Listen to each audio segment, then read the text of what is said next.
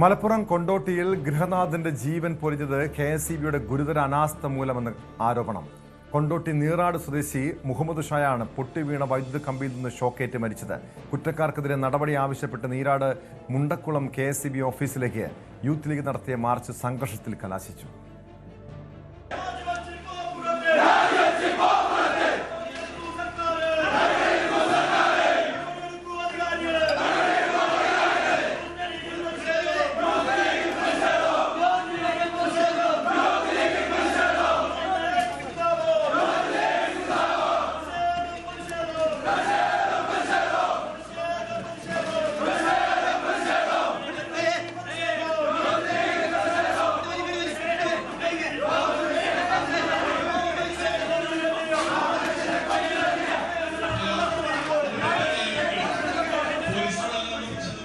പ്രതിഷേധത്തിനൊടുവിൽ പ്രവർത്തകരെ അറസ്റ്റ് ചെയ്ത് നീക്കി. മുഹമ്മദ് ഷായുടെ കുടുംബത്തിന് സഹായധനമായി 10 ലക്ഷം രൂപ നൽകുമെന്ന് വൈദ്യുതി മന്ത്രി K കൃഷ്ണൻകുട്ടി അറിയിച്ചതായി MLA TV ഇബ്രാഹിം പറഞ്ഞു.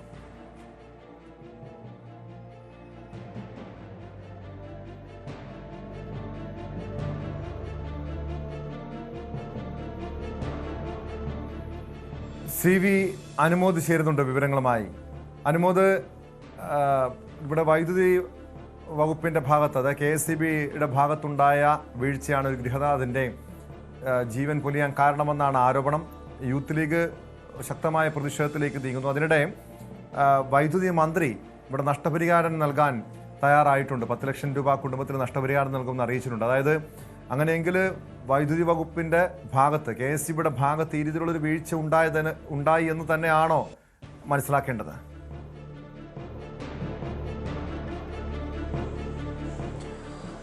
ഇന്നലെ ഉച്ചയ്ക്കാണ് ഈ സംഭവം ഉണ്ടായത്. ഇതുമായി ബന്ധപ്പെട്ട് നമുക്ക് അറിയാൻ കഴിഞ്ഞൊരു കാര്യം, തലേ ദിവസം രാത്രി, അതായത് മിനിഞ്ഞാന്ന് രാത്രി തന്നെ ആ മേഖലയിലൂടെ കടന്നു പോകുന്ന വൈദ്യുതി കമ്പി പൊട്ടി വീണിരുന്നു. ഇക്കാര്യം ആ പ്രദേശവാസികൾ KSEB അധികൃതരെ വിളിച്ചറിയിച്ചിരുന്നു. പക്ഷെ അവർ വരാം എന്ന് പറഞ്ഞ് അവർ വന്നില്ല. തുടർന്ന് ഇന്നലെ ഉച്ചയോടെ ഈ മുഹമ്മദ് ഷാ ഷോക്കേറ്റ് വീണ ശേഷമാണ് KSEB അധികൃതർ എത്തുന്നത് എന്നാണ് പ്രധാനപ്പെട്ട ഒരു ആരോപണം. ഇതിൽ ഏറ്റവും പ്രധാനപ്പെട്ട ഒരു കാര്യം, ഈ വയർ പൊട്ടി വീണ കാര്യം KSEBക്കാർ അറിഞ്ഞിട്ടും അവർ അത് നടപടിയെടുത്തില്ല എങ്കിൽ അത് ഗുരുതരമായ വീഴ്ച തന്നെയാണ്. സാധാരണ കറണ്ട് പോയി പിന്നീട് വന്ന് സമയമെടുത്ത് നേരെയാക്കുന്ന പോലെയല്ലല്ലോ ഒരു ലൈൻ പൊട്ടി വീണാൽ അവിടെ എത്തി ദ്രുതഗതിയിൽ ആ കാര്യങ്ങൾ നടത്തേണ്ടതും അതേപോലെ അവിടെ വൈദ്യുതി ബന്ധം വിച്ഛേദിക്കേണ്ടതും. അങ്ങനെ ഒരു അറിയിപ്പ് അല്ലെങ്കിൽ അങ്ങനെ ഒരു ആവശ്യം, അങ്ങനെ ഒരു അപകടം നടന്നതായുള്ള വിവരം അറിയിച്ചിട്ടുണ്ടെങ്കിൽ അതിൽ അന്വേഷിച്ച് അത് വീഴ്ച വരുത്തിയിട്ടുണ്ടെന്നുള്ള കാര്യം അന്വേഷിച്ച് നടപടിയെടുക്കുമെന്നാണ് ഇപ്പോൾ KSEB അധികൃതർ അറിയിച്ചിട്ടുള്ളത്. യൂത്ത് ലീഗിന്റെ പ്രവർത്തകർ മേഖലയിലേക്ക് വലിയ പ്രതിഷേധ പ്രകടനം നടത്തി. പോലീസിന്റെ തടസ്സമെല്ലാം മറികടന്ന് അവർ KSEB ഓഫീസിന് ഉള്ളിലേക്ക് പ്രവേശിക്കുകയും അസിസ്റ്റന്റ് എഞ്ചിനീയറെ തടഞ്ഞു വെക്കുകയും ചെയ്തു. ഇക്കാര്യത്തിൽ നടപടിയെടുക്കണമെന്ന് ആവശ്യപ്പെടുകയും ചെയ്തു. തുടർന്ന് ഇതിൽ അന്വേഷിച്ച് ഉചിതമായ നടപടിയെടുക്കുമെന്ന് ഉറപ്പ് നൽകിയതിനു ശേഷമാണ് യൂത്ത് ലീഗ് പ്രവർത്തകർ പിരിഞ്ഞുപോയത്. അവരെ അറസ്റ്റ് ചെയ്ത് നീക്കുകയായിരുന്നു. വലിയ സംഘർഷത്തിന് സാധ്യതയുണ്ടായിരുന്നു. പക്ഷേ ഈ ഒരു വിഷയത്തിൽ പോലീസിന്റെ ഭാഗത്തു നിന്നും KSEB ഓഫീസിൽ അതിക്രമിച്ച് കയറിയ ആളുകളെ അറസ്റ്റ് ചെയ്യുമെന്ന് പോലീസ് അറിയിക്കുകയും തുടർന്ന് വീണ്ടും സംഘർഷത്തിലേക്ക് എത്തുകയും ചെയ്യുന്നൊരു സാഹചര്യം ഉണ്ടായിരുന്നു.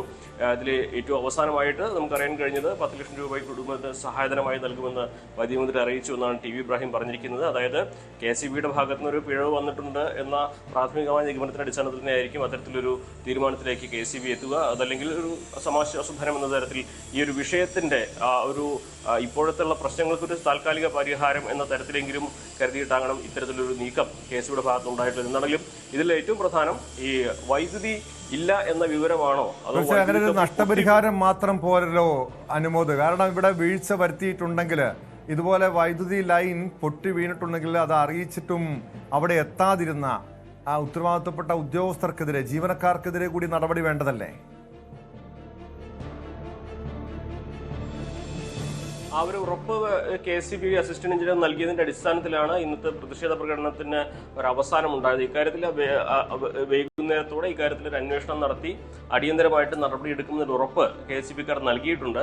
എന്താണ് സംഭവിച്ചത് എന്നുള്ളത് പരാതിയാണ് കുടുംബത്തിന്റെയും ബന്ധുക്കളുടെയും ഭാഗത്തുള്ളത്. അതിൽ വസ്തുത എത്രമാത്രം ഉണ്ടെന്ന് അന്വേഷിച്ച് നടപടിയെടുക്കുമെന്നാണ് KSEB അധികൃതർ അറിയിച്ചിട്ടുള്ളത്. ഇന്ന് തന്നെയാണെങ്കിലും ഈ ഒരു മഴക്കാലത്ത് വളരെ എവിടെയും സംഭവിക്കാവുന്ന ഒരു അപകടം തന്നെയാണ് ഇത്. കാരണം വൈദ്യുതി കമ്പി പൊട്ടി വീണ് കഴിഞ്ഞാൽ അത് ആ മേഖലയിലേക്കുള്ള വൈദ്യുതി ബന്ധം ഓഫ് ചെയ്യുക എന്നുള്ളത് അടിസ്ഥാനപരമായ ഒരു കാര്യമാണ്.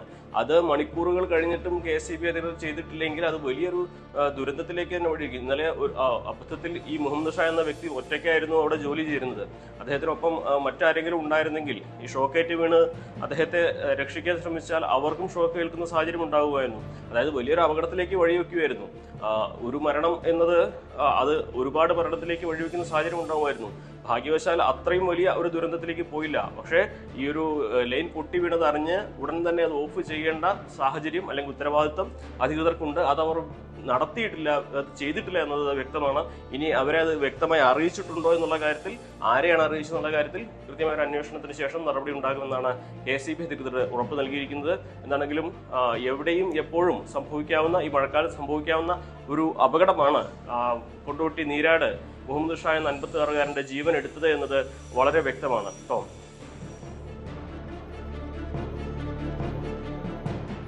വ്യക്തമാണ്.